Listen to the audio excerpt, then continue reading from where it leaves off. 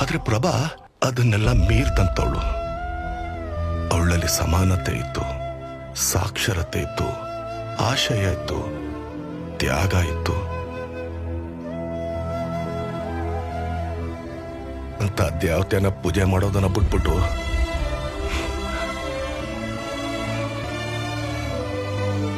ನಾ ಇಂಥ ಜಾತಿಯಾಗಿ ಹುಟ್ಟಬೇಕು ಅಂತ ಯಾರು ಬೇಡ್ಕೊಂಡು ಹುಟ್ಟಕ್ಕಿಲ್ಲ ಕಣ್ರಯ್ಯ. ಹುಟ್ಟಿದ ಮಕ್ಕಳೆಲ್ಲ ದ್ಯಾವ್ರಿದ್ದಂಗೆ.